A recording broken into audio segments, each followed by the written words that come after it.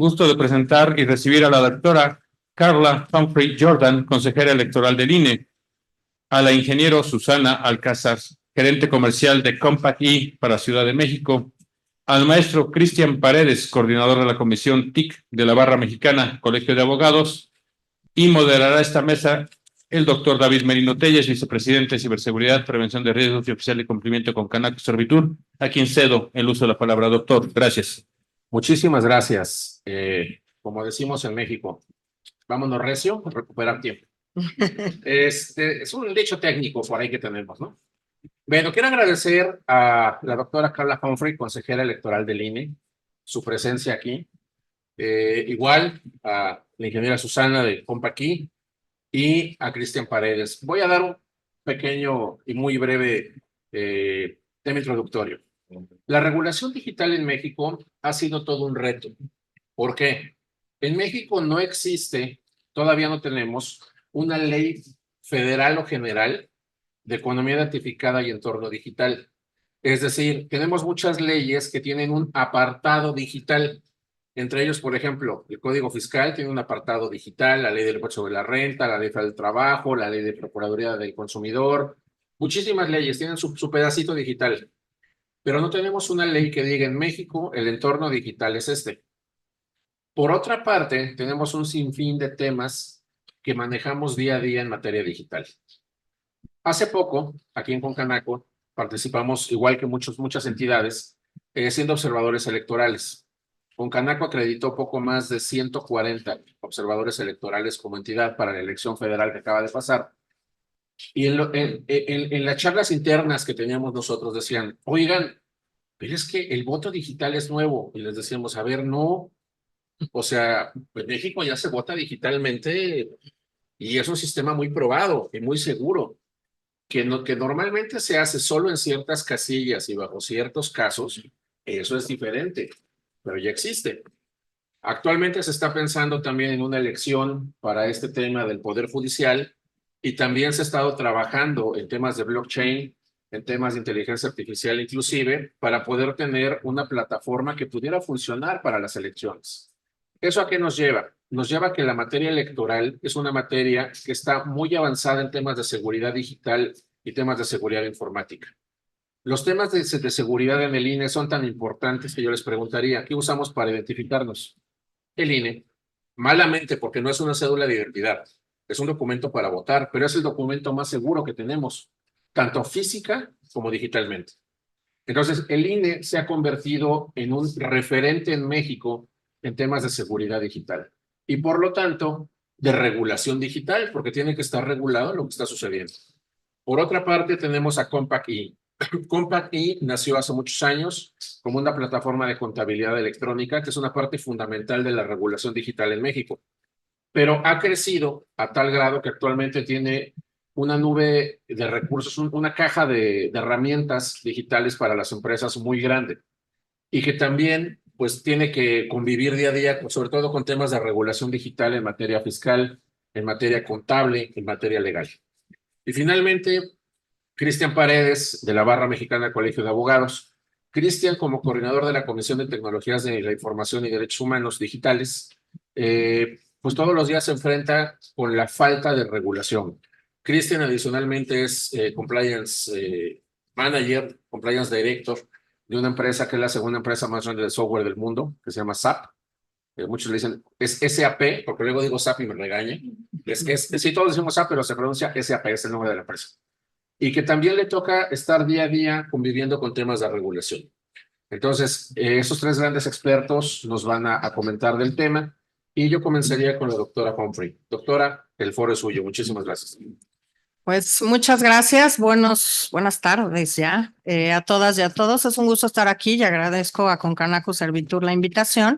Además de temas muy relevantes y que como ya se dijo, bueno, el INE ha avanzado mucho en diversos frentes en estos temas, pero creo que necesitamos dar un nuevo impulso a dónde estamos y hacia dónde queremos ir y aquí me voy a enfocar. Y es cierto, el voto electrónico, por ejemplo, existe en nuestro país desde hace más de 10 años. Comenzamos a nivel del Distrito Federal con el voto por Internet desde del extranjero, que es el que se utiliza ya ahora para todas las elecciones en el extranjero. Y aquí abriría otra rama, el voto electrónico, pero el que hemos hecho con urnas electrónicas, que seguramente vieron en alguna urna especial o hemos probado en distintas urnas con resistencias, hay que decirlo, porque dentro del propio Consejo General, pues hay quienes piensan distinto, hay quienes así estamos bien, que votar como hace 30 años, pues es lo que debemos seguir haciendo.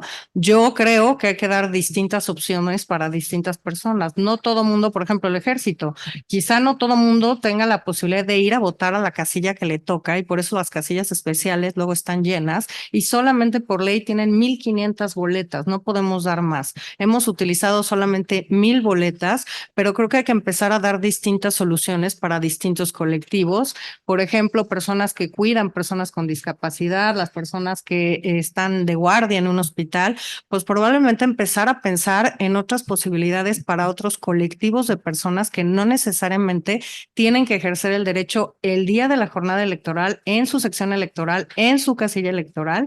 Y creo que en eso es lo que tenemos que seguir avanzando. Se decía bien, decía David, y lo decía muy bien, la credencial de elector tiene muchísimas medidas de seguridad, tanto que en Estados Unidos cada vez que vamos con congresos de los estados allá, no pueden creer la cantidad de medidas de seguridad que tiene una credencial para votar en México e incluso ya se está permitiendo en varios estados allá que se utilicen para trámites oficiales, por ejemplo, solicitudes de trabajo, la credencial para votar. Yo quería avanzarme ahorita en esto que espero que se impulse institucionalmente desde el INE, pero que creo que es importante darle un buen avance. Sí, podemos. Ahí está, doctora. Cambio. Gracias. Creo que es un tema que tenemos que enfrentar porque creo que este tema de falta de regulación también nos toca en el INE. En otros temas, tenemos muchos temas relacionados con violaciones en redes sociales, irregularidades que se cometen en plataformas digitales y que tampoco tenemos a quién acudir, cómo acudir. Tenemos también, ya se decía aquí, contactos con Meta, con algunas empresas que sí nos dan distinta información desde cómo se paga por ejemplo, alguna propaganda de partidos políticos con tarjeta de crédito, que hemos insistido con estas empresas para que podamos tener esta trazabilidad de quién está pagando, cómo se está pagando, para ver quién es al final la persona responsable, el partido responsable de hacer estas publicaciones que son ilegales o que violentan el marco electoral. Pero por otro lado, tenemos muchos casos de violencia política contra las mujeres, un tema recurrente en nuestro país, ahora con unas elecciones con más de 20,708 cargos de elección popular, donde más de la mitad fueron mujeres postuladas. Retirar estas publicaciones en donde se está violentando a las mujeres resulta muy complicado. Ver a quién hay que acudir para que se baje, nos dé los datos de quiénes son las cuentas, muchas de ellas anónimas, la velocidad con la que se difunde determinada información, y esto con base en los procedimientos especiales sancionadores que tenemos en el INE ha complicado estas tareas de no tener una regulación clara y nosotros estar justamente acudiendo también a otras instituciones para que colaboren en estos temas con el Instituto Nacional Electoral. Yo quería presentarles, ya esto iba,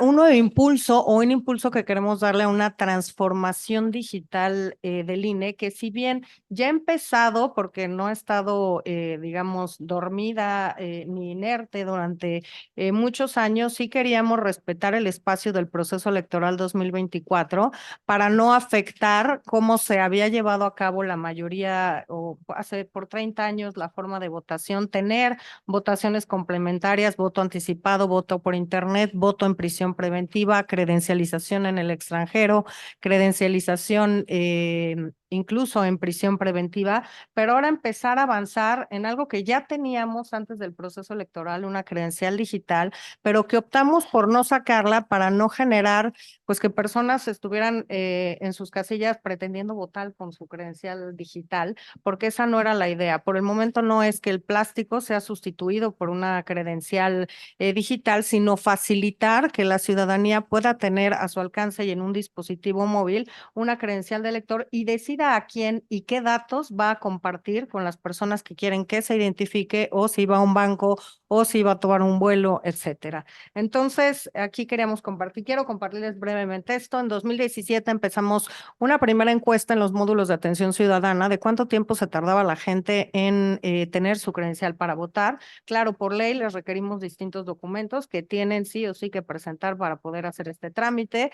El tiempo fijo en los módulos que duraba un agente, digamos, en este trámite son 36 minutos, y las y los ciudadanos nos dijeron que el principal tema que tenían es que generalmente había algún documento que no era válido, que no habían traído un documento y por tanto tenían que regresar al módulo a sacar su credencial. Cuando empezamos con las credenciales de lector, los plazos iban de arriba de 60 días para la entrega de la credencial, y ahora estamos en tiempos de 3-4 días para que se les pueda dar su credencial para votar. Pero aquí nos dimos cuenta también que a una segunda visita al módulo para recoger la credencial, pues hay mucha gente, y por eso la diferencia entre el padrón electoral y el listado nominal de electores, que son muchas de las personas que no recogen su credencial para votar, aún habiendo hecho el trámite, y tenemos entonces dos problemáticas. Primero, la gente que no entrega todos sus documentos,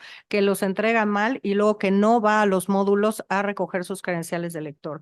Así que vimos la necesidad de pues crear una credencial digital para diversificar el acceso y el servicio a la expedición de esta credencial para votar con fotografía a través de una convergencia de Internet con una aplicación móvil, una app, y propiamente que podía empezarse en nuestros módulos de atención ciudadana, para lo cual se propuso el desarrollo de distintos proyectos multianuales. El primero de ellos, durante 2019, comenzamos con un preregistro y registro en línea, una autogeorreferenciación domiciliaria, y esta que es la implementación de la credencial digital. Concretamente, en esta credencial digital comenzamos ya a trabajar desde 2019. Y aquí el objetivo de este año fue iniciar el primer análisis de cómo podía ser y cómo nos imaginábamos esta primera credencial, salvaguardando dos cosas. Primero, la seguridad de la información de los datos que nos da la ciudadanía, datos personales que pone, por supuesto, en manos del Instituto Nacional Electoral, y que nosotros no podemos permitir por ley que nadie tenga acceso a los datos del padrón electoral. Y dos, también, pues garantizarles esta identidad digital mediante una aplicación móvil disponible en ese momento para plataformas iOS y Android únicamente. En 2020 este proyecto siguió avanzando hacia el desarrollo y diseño de esta credencial digital accesible a través de estas aplicaciones móviles, y además se realizaron distintos análisis para detectar los impactos que estos nuevos servicios tendrían de cara a la ciudadanía, porque claramente tenemos que tener una solución integral para atender una credencial digital con algunas cosas que ya nos imaginábamos desde ese momento, y que este modelo de credencial ha variado ya un poco. En 2021, este proyecto, y parece poco, pero en términos institucionales es mucho, porque las resistencias, la verdad es que también son muchas para hacer cambios, pero en 2021 este proyecto se enfocó en desarrollar justamente y modificar las funcionalidades de esta primera credencial digital, además de garantizar la seguridad, la robustez de todos los servicios y, por supuesto, pues de la información que tenemos con base en la información que nos proporcionan las y los ciudadanos. Que bueno, en estas elecciones llegó casi a 100 millones de personas el padrón electoral con el que cuenta el Instituto Nacional Electoral. En el año 2022 liberamos esta primera versión de credencial digital.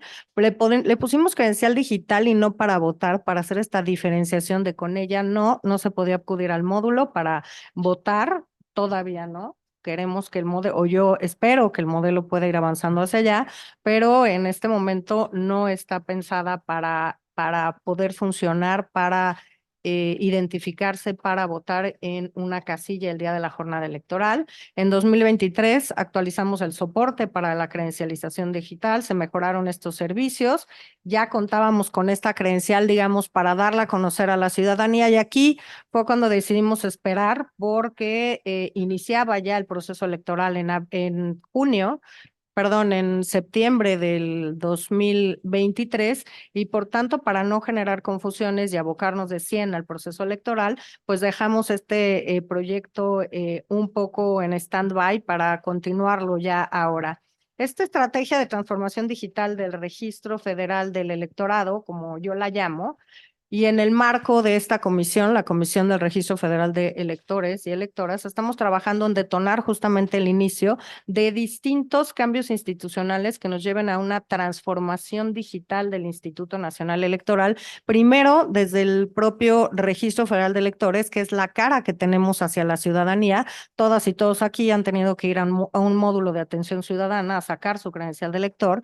Y aquí es donde queremos mejorar esta atención de usuario con distintas cosas que ahora les platicaré, pero que pasan por un preregistro, por ejemplo, para que puedan mandar los documentos, nosotros ya saber qué son los documentos que tienen que tener, validarlos y ya cuando lleguen a la cita, pues que no empecemos con que le faltó tal documento, tiene que regresar, etcétera, pero hasta ver cómo reducimos para las personas que no están sacando su credencial por primera ocasión y que ya tenemos datos y biométricos, ver cómo avanzamos hacia que solamente se vaya una sola vez al módulo de atención a hacer esta actualización de la credencial para votar y no tener que ir 2 veces a estos módulos de atención.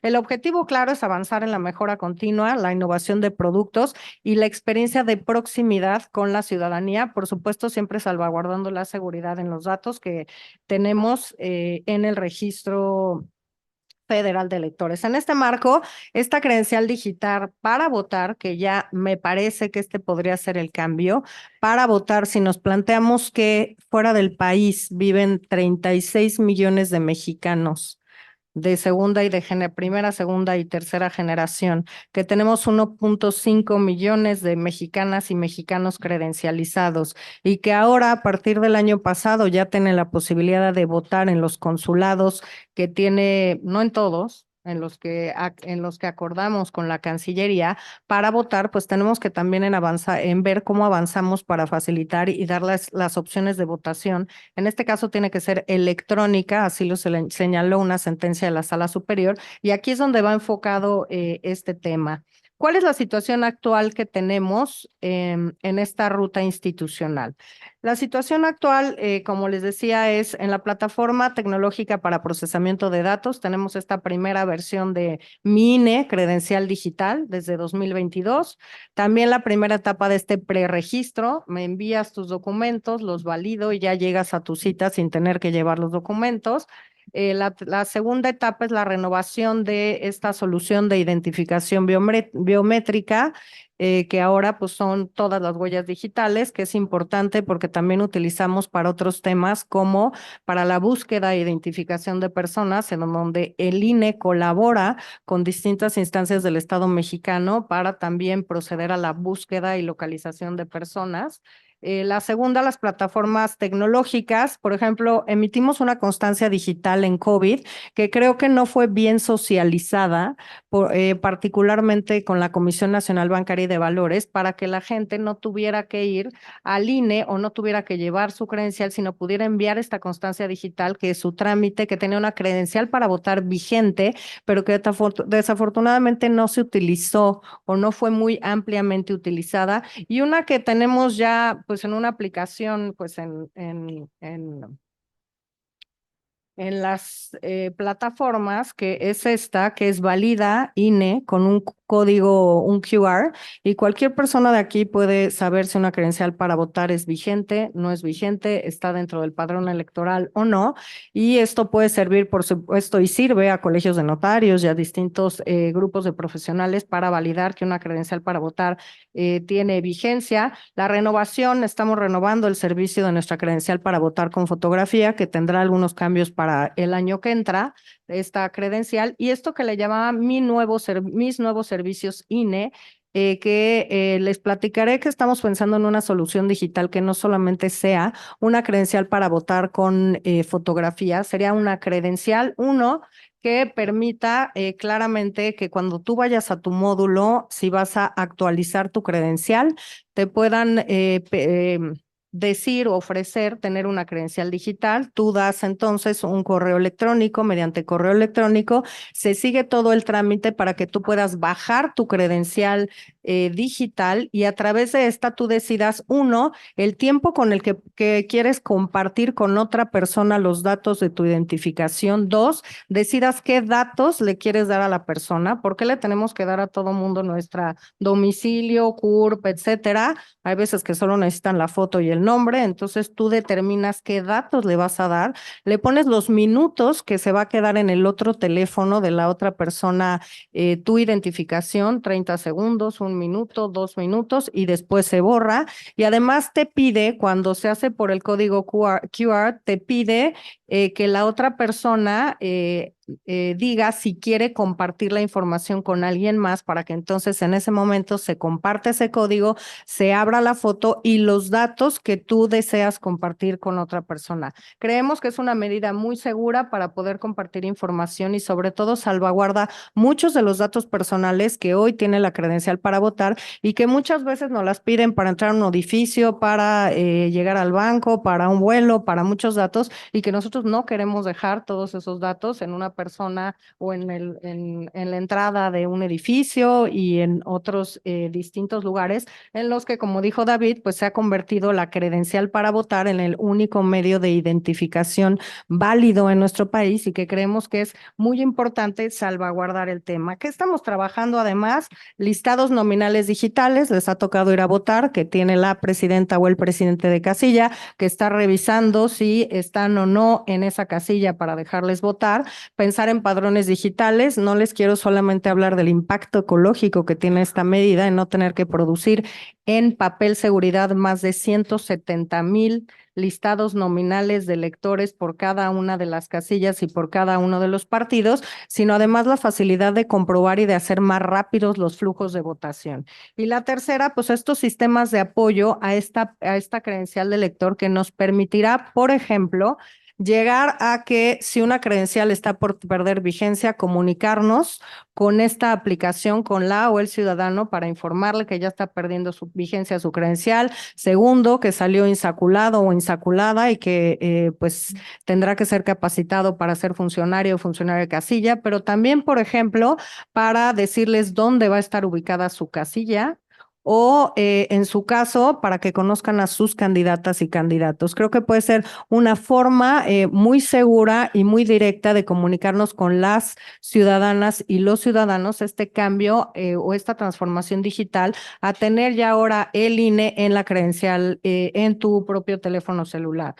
Muchos de los bancos y mucha de la ciudadanía nos ha dicho que vamos un poco tarde con este tema, ya que pues con los sistemas de seguridad como pruebas de vida, datos biométricos, etcétera, ya es muy seguro tener muchos de estos temas en tus dispositivos móviles. Sin embargo, bueno, creo que teníamos que tener certeza de hacia dónde íbamos, de el claro manejo y el adecuado manejo de la información que tenemos de las ciudadanas y los ciudadanos. Y además estamos, por supuesto, trabajando en los estándares internacionales, pero además certificándonos, particularmente en la ISO 27001, que trata justamente de la seguridad de la información que tenemos para poder ofrecer a las y los ciudadanos, pues todo este contexto de seguridad que tienen que tener respecto de los datos que hoy tienen claridad de cómo maneja el Instituto Nacional Electoral. Estos proyectos además se van a unir, aquí lo explicamos un poco, pero ¿cuáles son las ventajas? Por supuesto, la portabilidad, tener la credencial digital representa una base que lo podamos traer. Yo, por ejemplo, siempre lo digo, suena mal. Soy consejera del INE, pero mi bien más preciado es mi credencial. Nunca la traigo en mi cartera. Entonces, para mí sería maravilloso tener mi credencial para votar digital. Segundo, la confidencialidad de la información, esto que les platicaba, qué quieres o no permitir que otra persona vea o conozca de tu credencial para votar. Tercero, la seguridad, ya que solamente un dispositivo podría tener una credencial activa. Otro podría ser además la eliminación automática de los datos, que ya les contaba, que permanece solamente el tiempo que nosotros le demos desde nuestra aplicación, que la otra persona va a poder tener su credencial en su dispositivo móvil. La otra, pues es estas notificaciones que les contaba, este canal de comunicación y retroalimentación con la propia ciudadanía, y la tecnología, esta solución de credencial digital que está diseñada con una arquitectura de microservicios para ofrecer una solución moderna, robusta e impulsa la flexibilidad, escalabilidad, eficiencia operativa y seguridad. ¿Qué otros proyectos? Bueno, desventajas en este momento que la cobertura estaría pensada para dispositivos con iOS 14 y Android 7, el conocimiento de las personas respecto al uso de este tipo de aparatos, de dispositivos móviles, que creo que esto es un tema de educación digital que tenemos que avanzar y que atajar fuertemente en México para no dejar rezagados a ninguna parte de la ciudadanía en estos temas. Y la restricción es tener un correo electrónico para hacer este tipo de activaciones. Como retos, pues la inversión en la tecnología, somos institución pública, por supuesto, pues hay que tener los presupuestos adecuados, no siempre pasa como se plantean los presupuestos que se aprueben así, pero pues estaríamos pensando en eso, garantizar esta disponibilidad para que haya escalabilidad de esta infraestructura y la implementación biométrica para lograr la adquisición de esta tecnología con mejores costos. Y por último, solamente me gustaría mencionar, porque me he enfocado en la credencial para votar digital, pero estamos trabajando, por supuesto, también en temas de inteligencia artificial, particularmente esta iniciativa que decían del diputado, bueno, senador todavía, próximo diputado Monreal. Hay una comisión también del Senado justamente de innovación y de algo de inteligencia artificial con la que yo me comuniqué personalmente, porque como Instituto Nacional Electoral, pues también habíamos visto, en este proceso no se dio, elecciones en otros países, Eslovenia también, o Eslovaquia me parece, donde fingieron la voz de un candidato 2 días antes de la jornada electoral, hablando con una periodista, también no era la voz de la periodista, y claramente desmentir una conversación que hablaba de un presunto fraude electoral a 2 días de la jornada electoral, pues es complicadísimo. Sí, ya hay diversa normativa en Estados Unidos, en Europa, en Colombia ya se ha avanzado, en México, pues hay en Estados Unidos también ya hay algo. Hay esta iniciativa del diputado Monreal. Esta comisión me parece que tampoco ha avanzado tanto, ya nos invitaron a participar. Temas de educación digital me parecen muy importantes, pero este tema, padrón digital, el sistema del voto por internet de las y los mexicanos en el extranjero, que tenemos que ver las opciones para hacerlo ya en nuestro país, para grupos específicos de población, no para todo mundo.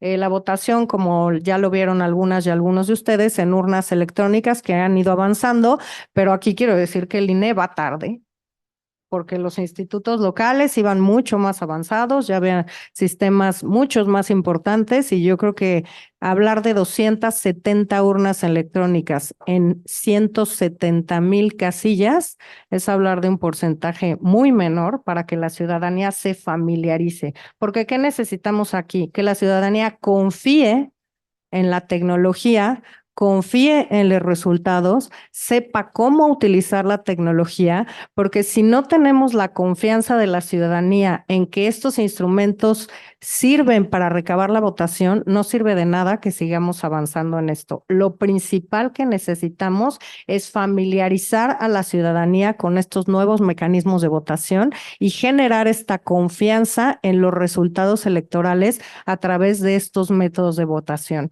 Así que pues seguiremos avanzando, pero si no avanzamos de la mano de familiarizar y acercar a la ciudadanía a estos nuevos mecanismos de votación, poco avanzaremos si no se confía, y después de una elección como la que tuvimos, de pues más de 98 millones de personas que pudieron votar, no estaremos hablando de respeto a las leyes electorales y a los resultados electorales si hubiera desconfianza en los mecanismos que recogen la votación. Así que lo principal es esta familiarización y este conocimiento por parte de las y los ciudadanos de estos mecanismos nuevos de votación. Muchas gracias a todas y a todos.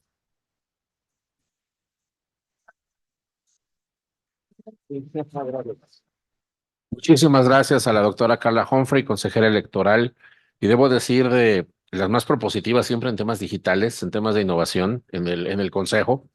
Y muchísimas gracias por acompañarnos. Le cedo la palabra, por favor, a Compaqui.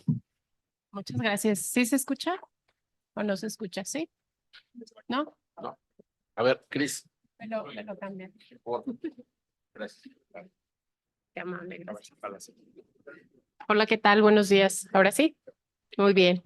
Bueno, pues buenos días a todas y a todos. Es un honor para mí estar aquí. Muchas gracias a Concanaco Servitur por la invitación. Y pues bueno, para quien no conozca quién es Compaqui, déjenme platicarles. En esta empresa lo que hacemos es desarrollar software para las empresas que ayuda justo a los profesionistas a ser más productivos y ayuda a las empresas en todo este proceso de digitalización y de regulación para el cumplimiento de todas las normativas mexicanas. Compaqui es una empresa orgullosamente mexicana con 40 años de trayectoria en el mercado y bueno, durante todos estos años orgullosamente apoyando la digitalización de las pymes en México. Tenemos cobertura a nivel nacional, contamos con 12 oficinas o sucursales a lo largo del país.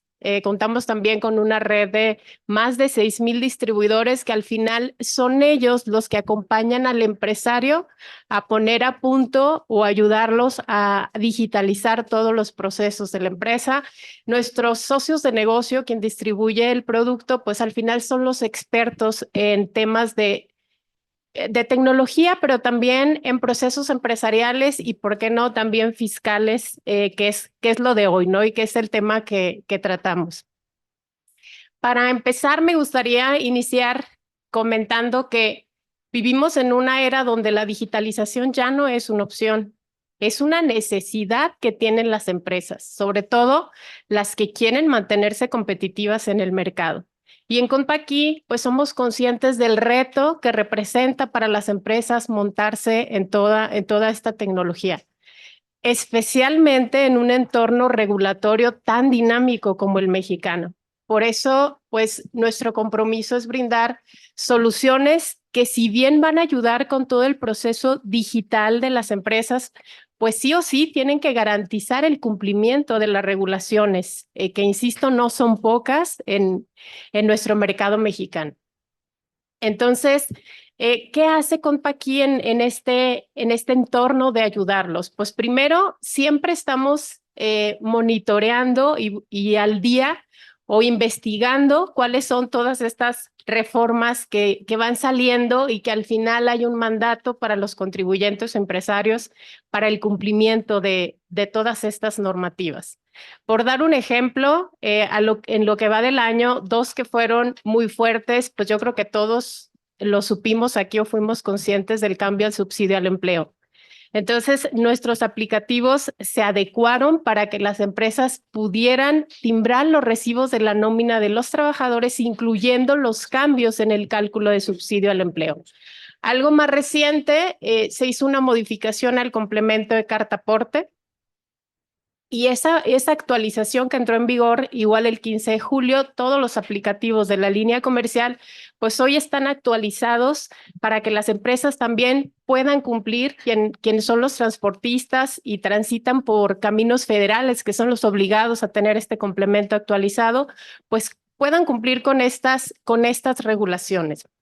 Entonces, al final del día, nosotros contamos con un equipo de expertos en la marca, que a lo mejor por aquí escuché que hay fiscalistas, lo conocen, es Benito Barragán, para nosotros es un asesor y es el vocero fiscal de la organización. Él lidera todo un equipo que siempre está al día con todos estos cambios para poder llevar todo este proceso que no es sencillo. O sea, si nosotros, al ser una casa desarrolladora de software, tenemos que entender de qué se trata esta normativa para poder integrarla en el desarrollo de los sistemas, pero también tenemos pues la obligación de capacitar a toda nuestra comunidad de socios de negocio, que son ellos los distribuidores que van y ellos a su vez capacitan a las empresas en todo este proceso. Entonces, al final, a lo largo de estos años, lo que nos ha merecido eso en el mercado es convertirnos en un referente fiscal. Es decir, hoy las empresas,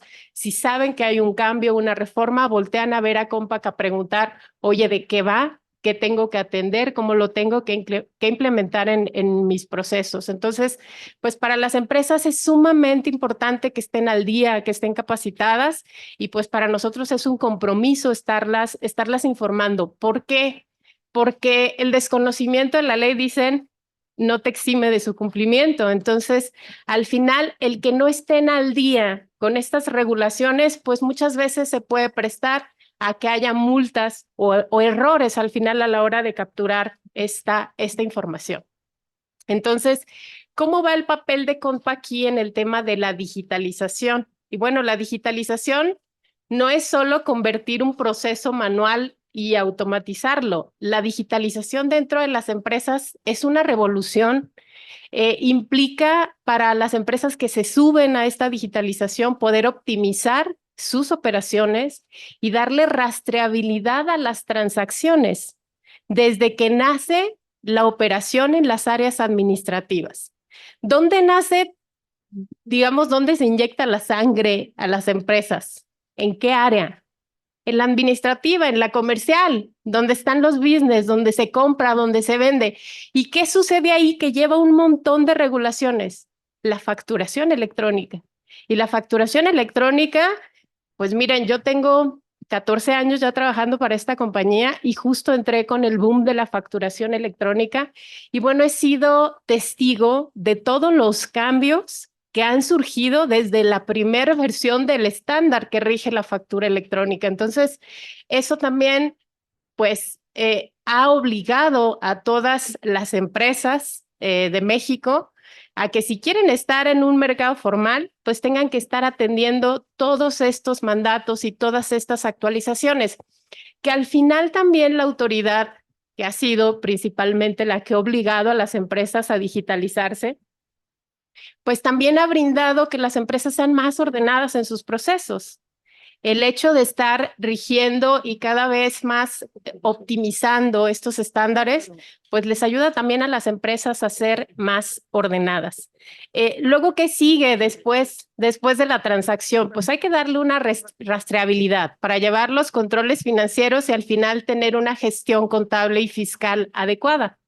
Que pase lo que pase, en el área de ventas, en el área de donde calculan la nómina, donde está el tesorero, pase lo que pase ahí, tarde que temprano esa información tiene que llegar a la contabilidad, porque yo creo que es de los cumplimientos fiscales uno de los más importantes. Aunque se rigen los procesos de la empresa en las diferentes áreas o momentos, al final toda esa información cae en la contabilidad y en la parte fiscal.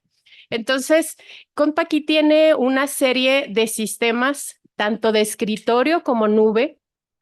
Los de escritorio, para quien no sean aquí de tecnología, son los que todavía necesitan instalarse en las computadoras y los que son ya nube, con que tengas un usuario y contraseña para conectarte a internet, ya estás calculando la nómina en la nube. Entonces, Compaq aquí tiene estos dos tipos de aplicativos y controlan pues toda la administración de la empresa, desde la facturación, la cobranza, las cuentas por pagar, cuentas por cobrar, control de inventarios, todo el tema de la administración. También está un sistema de nóminas que te ayuda con todo el cálculo de la nómina. Y al final, pues el sistema contable, ¿no? Donde cae todo, donde nosotros llamamos que es la cereza del pastel. Y este conjunto de sistemas lo que te ayuda es tener una administración financiera que al final recaiga en una gestión y fiscalización correcta de todas las transacciones o de la contabilidad. Entonces, las empresas al adquirir estos sistemas, pues bueno, lo que garantizan es que van a tener concentrado en un solo lugar toda la información contable y fiscal para estar garantizando sus cumplimientos. Y esto también les ayuda no solo montarse a esta era digital, sino que sean parte de ella y que puedan sacar beneficios de este tipo de obligaciones.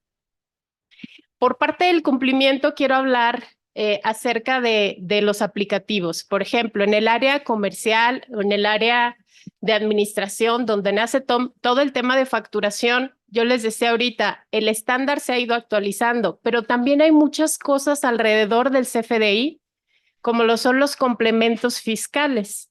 Entonces, el sistema aplicativo cuenta con todos los complementos fiscales y aunque las adendas no son fiscales, pues al final también se vuelve parte importante de la facturación, porque si no lleva esa información, pues la cadena no te paga simplemente, ¿no? Entonces, en los sistemas comerciales está todo incluido. Entonces, con esto, ¿qué quiero decirles? Que la organización tiene el compromiso de siempre estar atendiendo el tema de regulaciones para ayudarle a las pymes de México a que puedan cumplir de una manera sencilla con todo esto.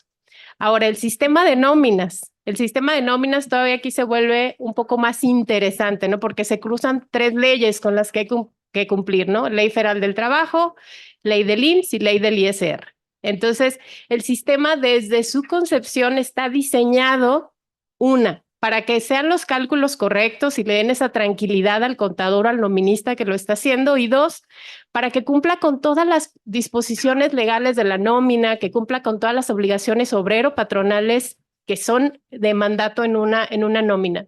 Pero no solamente en la regulación fiscal, también hemos apostado muchísimo por el tema de la innovación y de la digitalización de procesos con la finalidad de ayudarle al empresario a que sea más transparente su cálculo, pero que también le baje la talacha del día a día estar calculando una nómina. Por ejemplo, un par de las herramientas que mejor se ha recibido en el mercado de nóminas es que hoy ya tenemos una conexión en línea con el Infonavit y con el IMSS. Es decir, los patrones están obligados de estar reportando y de estar calculando o haciendo efectivas las retenciones o amortizaciones para los empleados que tienen un crédito para la vivienda. Entonces, ¿qué sucedía antes? Pues que a lo mejor no estaba en orden porque el trabajador no le llevaba las constancias de retención al patrón. Entonces, ¿qué hacemos hoy? Pues lo primero es comprobar una relación obrero-patronal y a partir de ahí la conexión con el instituto. Si el empleado tiene ya autorizado un crédito, lo que haces es jalar directamente todas sus retenciones y se bajan a la prenómina, que así le llamamos nosotros, donde se hace todo el cálculo para que se procese. Es decir, ni siquiera tiene que ir a leer cuánto le tiene que descontar ese mes. El sistema lo lee, lo lleva al sobrerecibo y lo calcula, lo que le permite entonces al contador, al nominista, pues tener ya cálculos mucho más correctos, minimizando el error de dedo.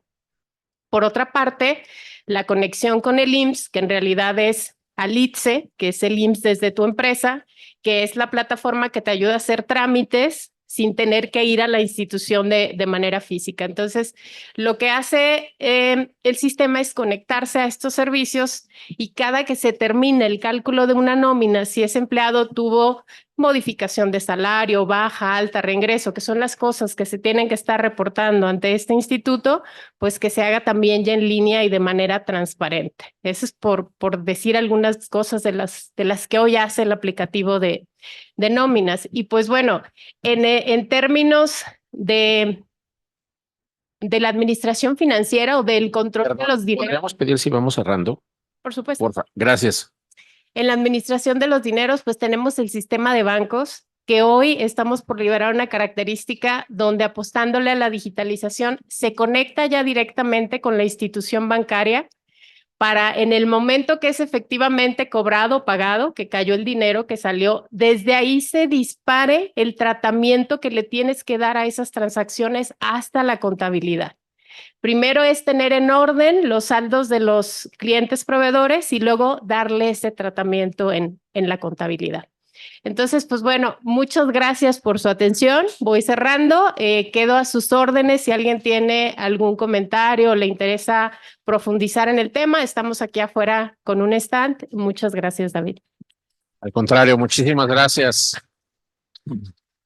Algo que no dijo ella, pero lo digo yo, es que además es la empresa más grande en México y una de las más grandes de Latinoamérica en ese tipo de soluciones. Y bueno, pues esperamos pronto verlos como aliados aquí en Concanaco.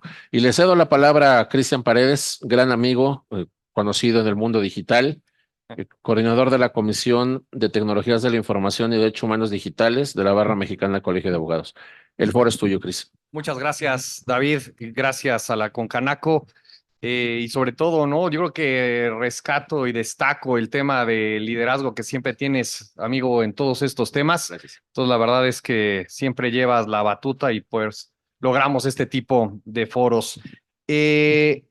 Para los que igual ya han coincidido conmigo en alguna otra presentación, yo siempre empiezo por el final, porque yo sé que la capacidad de atención se ha visto comprometida severamente, ¿no? En los últimos años. Entonces, yo creo les quiero dejar esta frase.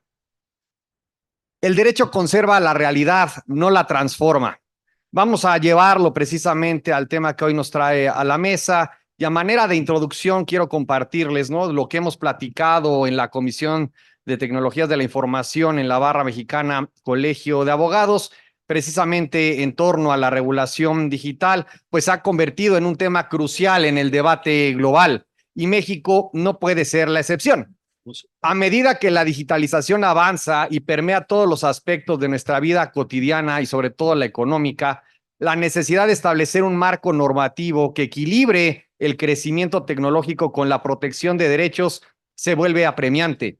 Sin embargo, la regulación digital presenta un dilema complejo con beneficios y desafíos significativos para México.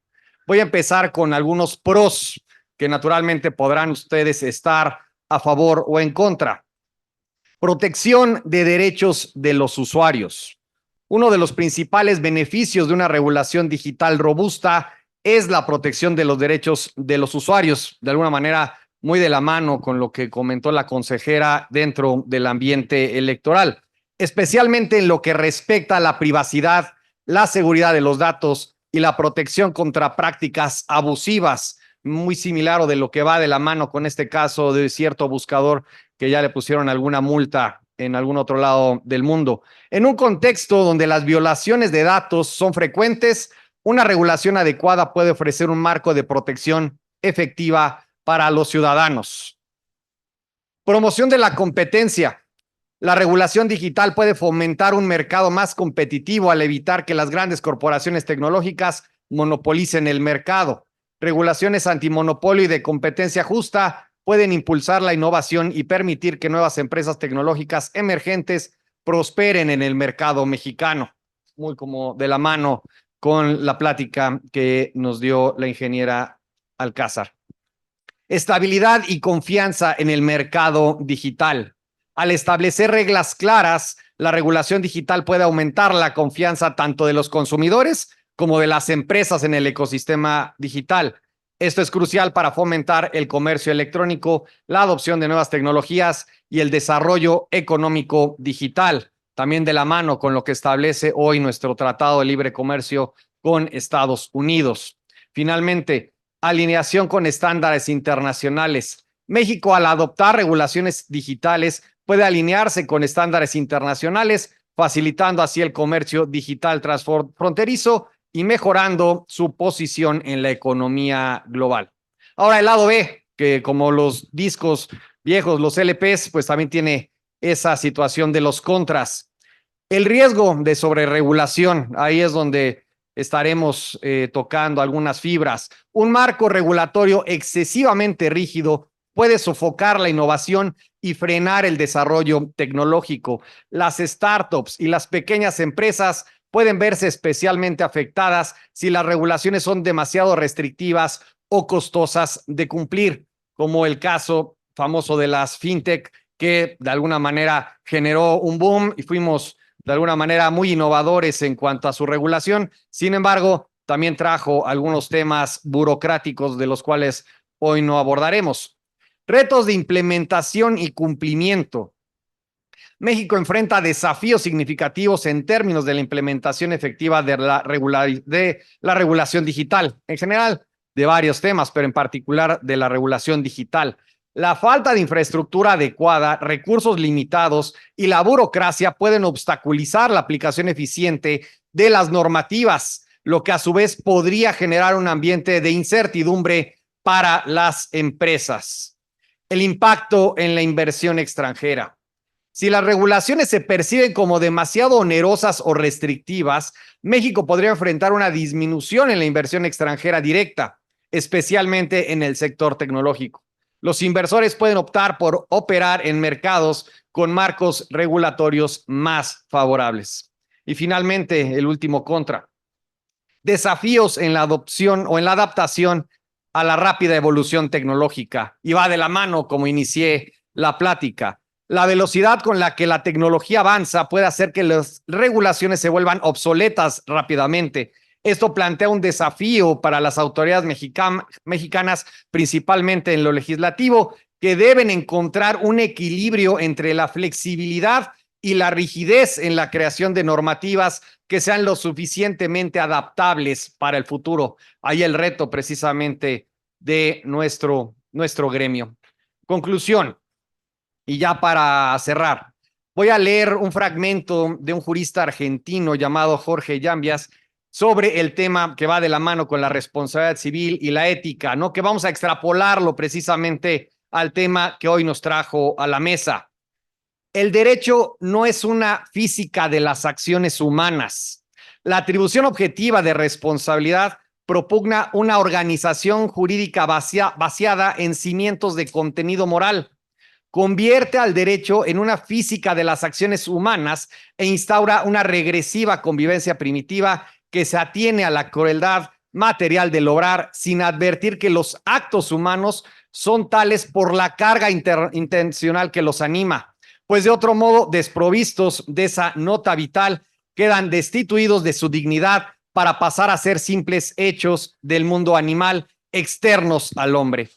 Es que si hay algún asunto en que aparece más clara esa inversión del derecho en el orden ético, es el problema de la responsabilidad que no es posible resolver sin atender al efectivo estado de la conciencia del imputado.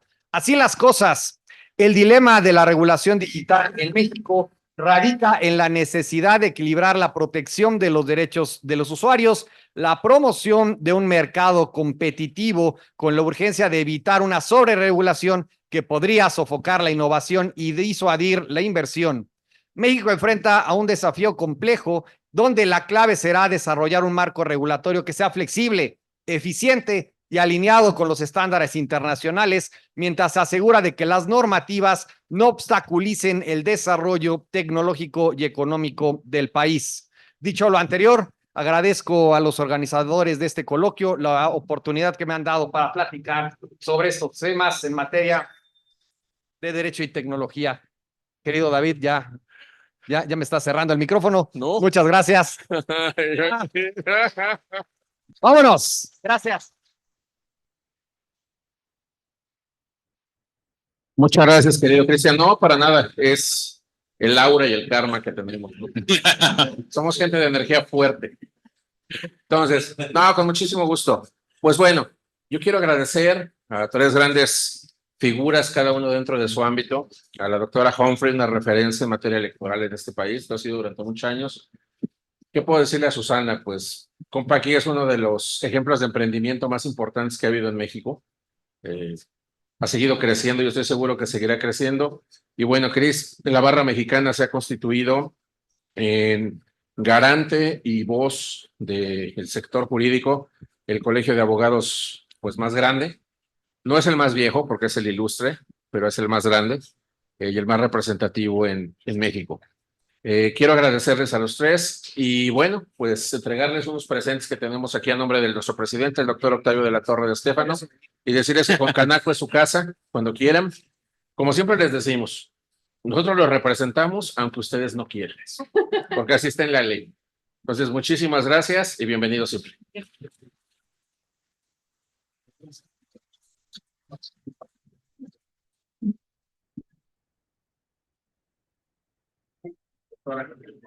Pequeño detalle. Está dentro de lo permitido presupuestalmente. Sí. Gracias. Claro. Por favor, podemos hacer un poquito más para acá para que salga el branding, que es importante.